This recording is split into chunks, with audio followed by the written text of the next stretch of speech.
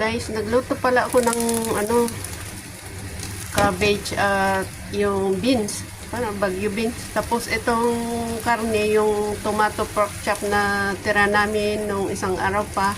Nilagay ko lang, binoil ko lang sa tubig itong gulay. Tapos nilagay ko lang sa ibabaw kasi kung lagyan ko pa ng mantika, edi magdadami na yung mantika. Dahil itong pork chop naman ay may mantika na. So nilagay ko na lang sa ibabaw. Habang kumukulo itong tubig lang yun at saka yan, tubig lang, walang asin kasi may lasa na itong, ayaw ko nang dagdagan ng pa, ibang lasa kasi may lasa na itong pork chop. Yan, so ganyan lang siya. Wala na pala ang aking sa video ba na ako? Ay nako, na video ko ba ito? Hindi ko ata naon. Basta ito, string beans. Yung tawag namin bagyo beans. Pero sa iba, French beans. Ni-slice ko ng maliliit para sabay silang maluto dito sa cabbage. Ayan. Tapos itong, nilagay ko lang sa ibabaw itong pork chop. Tubig lang ang nilagay ko.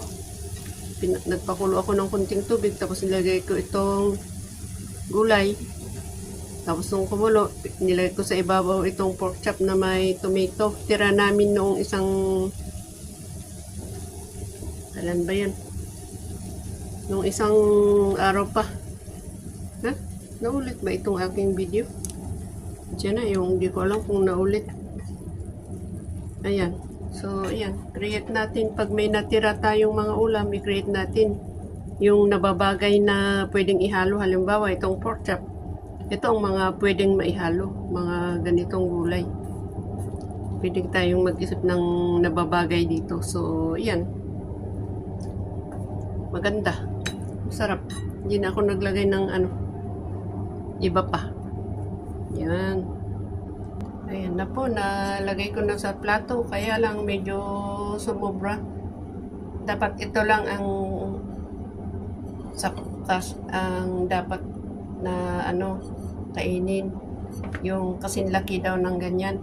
Pero dahil alangan ititira ko pa yan, di kainin ko na lang.